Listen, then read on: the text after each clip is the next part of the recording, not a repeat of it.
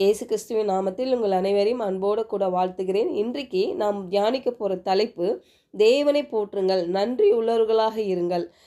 Honour God, be thankful. வசனம் ரோமர் 1:21. அவர்கள் தேவனை அறிந்தும் அவரை தேவனென்று மகிமைப்படுத்தாமலும் ஸ்தோத்திரியாமலும் இருந்து தங்கள் சிந்தனைகளினாலே வீணரானார்கள். உணர்வில்லாத அவர்களுடைய இருதயம் இருளடைந்தது. இந்த அதிகாரத்தில் பவுல் ஒரு வெளிச்சத்தை காட்டுறாரு. மனிதர்கள் தேவனை அறியாதவர்கள் அல்ல, அவர்கள் அறிந்தும் அவரை நிராகரிக்கிறவர்கள் என்று சொல்லுகிறார். பாருங்க, அவர்கள் தேவனை அறிந்திருந்தும் அவரை தேவனாக மகிமைப்படுத்தவில்லை என்று சொல்லுகிறார்.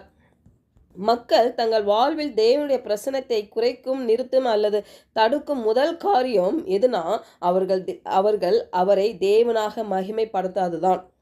அப்போ இன்றைக்கு காலை வேளையில் தேவன் நம்மோடு இடைப்பட்டிருக்கிற காரியம் என்னவென்றால், நாம் தேவனை மகிமைப்படுத்த வேண்டும். நம்ம சூழ்நிலையை பார்க்காமல் இல்லை, நமக்குள் இருக்கிற பெரிய தேவனை நம்ம பார்ப்போமானால் கண்டிப்பாக பாருங்க, ஒரு அற்புதம் நடக்கும்.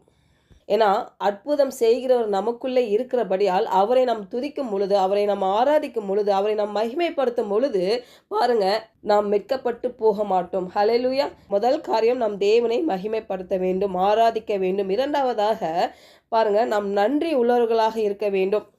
இந்த வசனத்தில் பார்த்தீங்கன்னா பவுல் சொல்கிறாரு, அந்த மக்கள் நன்றி உள்ளவர்களாக இல்லை, ஆனால் அவங்க கற்பனைகள் வீண் பெருமை கொண்டவர்களாக இருந்தார்கள். மேலும் அவர்களுடைய அறிவற்ற அந்த இருதயம் இருள் அடைந்தது.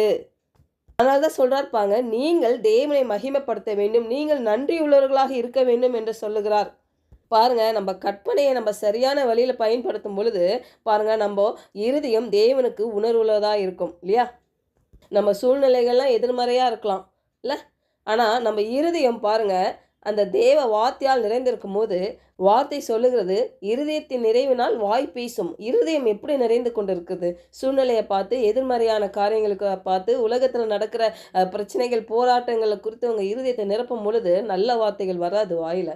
அப்போ நம்ம இருதயம் தேவனுடைய வார்த்தையினால், தேவன் எப்படிப்பட்டவர், எப்படி மகிமை உள்ளவர், மகத்துவம் உள்ளவர், சர்வ வல்ல தேவன், அவர் ஒரு பரிகாரி என்ற வார்த்தையெல்லாம் உங்கள் உள்ளுக்குள்ள நீங்கள் வைக்கும் பொழுது உங்கள் இருதயம் அப்படிப்பட்ட வாக்குத்தத்தத்தினால் நீங்கள் நிரப்பும் பொழுது பாருங்க, கண்டிப்பாக உங்கள் வாய் எப்படி பேசும் தெரியுமா? விசுவாசமான வார்த்தைகளை பேசும். ஹல்லேலூயா.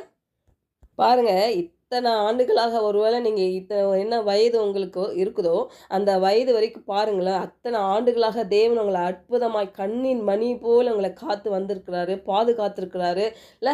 கண்டிப்பாக ஒருத்தர் கூட எனக்கு ஒரு அதிசயமும் நடக்கலை, ஒரு அற்புதமும் நடக்கலை, எனக்கு சாட்சியில் வாழ்க்கையில யாரும் ஒருத்தர் கூட சொல்ல முடியாது. கண்டிப்பாக கர்த்தர் ஒவ்வொருத்தருக்கும் ஒவ்வொரு அற்புதங்கள் செய்திருப்பார், அதிசயங்களை காண பண்ணியிருப்பார், நிறைய சாட்சிகள் உங்கள் வாழ்க்கையில் கண்டிப்பாக இருந்திருக்கும். அதெல்லாம் நினைவு கூறுங்க, அதை வைத்து நன்றி சொல்லுங்க, நன்றி உள்ளவர்களாக இருங்கள். ஹல்லேலூயா. பாருங்கள், நான் ஒரு முறை ரொம்ப சோர்ந்து இருக்கும் பொழுது இந்த வார்த்தை தான் எனக்கு தொடப்பட்டது பாருங்களேன். அப்போ நான் என்ன நினச்சேன் தெரியுமா? எனக்கு என்னெல்லாம் ஞாபகம் இருந்துச்சோ, கர்த்தர் செய்த அற்புதங்கள், அதிசயங்கள், என்னை பாதுகாத்த விதங்கள், எனக்கு சுகத்தை கொடுத்த விதங்கள், என் ஜெபத்துக்கு பதில் கொடுத்த காரியங்களுக்கெல்லாம் நான் நன்றி சொல்ல ஆரம்பிக்க என் ஆவி ஒரு புத்துணர்வு பெற்றதை நான் உணர்ந்தேன். ஹல்லேலூயா. பாருங்கள், நம்ம எத்தனையோ சத்தியங்களை கேட்குறோம், ஆனால் அந்த சத்தியத்தை நம்ம நடைமுறைப்படுத்தும் பொழுதுதான் அதை கனியை நம்ம பார்க்க முடியும்.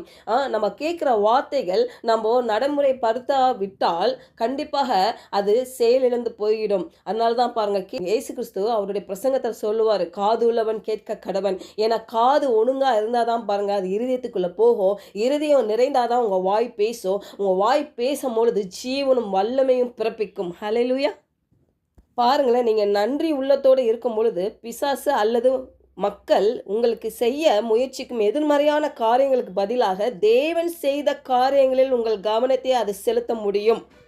பாருங்க, இந்த இஸ்ரவேல் மக்கள் எகிப்து தேசத்திலேருந்து வெளியே வந்தபோது தேவன் தங்களுக்கு செய்ததை அவங்க சீக்கிரமாக மறந்துட்டாங்க என்று பார்க்க முடியும். சங்கீதம் 78:106 இல்லையா. அவங்க எகிப்து தேசத்தில் அந்த 10 வாதைகள் மூலயமா நடந்த அற்புதங்கள், அதிசயங்கள் பார்த்துருக்குறாங்க.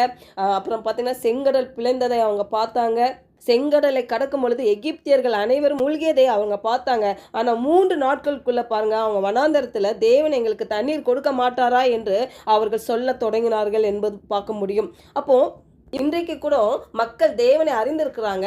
ஆனா அவர் எப்படிப்பட்டவர் என்று அவங்களுக்கு நல்லாவே தெரியும். அவங்க அவர் மூலியமா அற்புதங்கள், அதிசயங்கள் பெற்றிருக்கிறாங்க. ஆனா மறந்து போய் என்ன பண்ணிடுறாங்க, திருப்பி அவங்க சூழ்நிலையை பார்த்து சோர்ந்து போயிடுறாங்க. எதிர்மறையான வார்த்தைகளை பேசுறாங்க. இதான் பிசாசோட தந்திரம் பாருங்க. பொல்லாத மனிதர்கள் செய்கிற தங்களுக்கு எதிராக மக்கள் செய்கிற காரியத்தை பெருசாக பார்க்க தான் பாருங்கள். பெரிய வெற்றியை பார்க்க முடியல, ஜெயத்தை பார்க்க முடியல, சுகத்தை பார்க்க முடியல பாருங்கள். நம்ம தேவனை பெரிதாய் பார்க்கும் பொழுது பாருங்கள், நம்மளுக்கு செய்ததை நாம் நினைவு கூர்ந்து அவருக்கு நன்றி செலுத்தும் பொழுது, அவரை மகிமைப்படுத்தும் பொழுது இல்லை, நீங்கள் தேவனை கனப்படுத்துகிறீர்கள் என்று அர்த்தம். ஹல்லேலூயா. நமக்கு எல்லாருக்குமே லார்ட்ஸ் ப்ரேயர் தெரியும் இல்லையா? மத்தேயு 6:9-13 வரைக்கும் நீங்கள் பார்க்கும் பொழுது, அது ஆரம்பிக்கும் பொழுது அவரை மகிமைப்படுத்தி துதித்து தான் ஆரம்பிக்கும். ஆனால் முடிகிறப்பவும் பாருங்களேன், அவருடைய வல்லமை, ராஜ்யம் இல்லை, மகிமை என்றென்றைக்கும் முடியலே சொல்லி முடியும். அப்போது ஒரு ப்ரேயர், ஒரு ஜபம் அப்படின்னும் போது நம்ம ஆரம்பமும் சரி முடிவும் அவரை மகிமைப்படுத்தும்படி, அவர் எப்படிப்பட்டவர் என்ற நன்றி உள்ளத்தோடு அவரை மகிமைப்படுத்தும்படி, அவரை துதிக்கும்படி நாம் அழைக்கப்பட்டிருக்கிறோம். ஜெபிக்கலாம். பரலோக தகப்பனே, இந்த காலை வேளையில் எங்களோடு நீர் இடைப்பட்டதுக்காக உமக்கு நன்றி செலுத்துகிறோம் கர்த்தாவே. ஆண்டவரே அப்பா, உம்மை நாங்கள் போற்றும்படி, ஆண்டவரே உம்மை மகிமைப்படுத்தும்படி, ஆண்டவரே உமக்கு நாங்கள் நன்றி செலுத்தும்படியாக எங்களை வாழ்க்கையில் நீர் ஆண்டவரை வைத்திருக்கிறீங்க அப்பா. ஆண்டவரே அதுக்காக உமக்கு ஸ்தோத்திரம். எங்கள் வாழ்க்கையில் இத்தனை ஆண்டுகளாக இவ்வளோ அற்புதங்கள், அதிசயங்களை நாங்கள் கண்டிருக்கிறோம் கர்த்தாவே. ஆண்டவரே இனியும் நாங்கள் பார்க்க போகிறோம் ஆண்டவரே. ஏன்னா எங்களுக்குள் வாழ்கிறவர் கிறிஸ்து என்று நாங்கள் விசுவாசிக்கிறோம் அப்பா. அதுவே நாங்கள் எப்பொழுது மகிமைப்படுத்துவர்களாய், ஆண்டவரே நன்றி செலுத்துவர்களாக நாங்கள் இருக்கும்படியாக நாங்கள் விட்டு கொடுக்கிறோம் பரிசுத்த ஆவியானவரே. ஆண்டவரே எங்களுக்கு இல்லாததை பெருசாக நாங்கள் பார்க்காதபடி, எங்களுக்குள்ளே இருக்கிறவரை நாங்கள் பெருசாய் பார்த்து நாங்கள் நன்றி உள்ளவர்களாய் வாழ பரிசுத்த ஆவியானவரை எங்களை வழி நடத்தும்படி இயேசுவின் நாமத்தில் ஜெபிக்கிறோம் நல்ல பிதாவே. ஆமென்.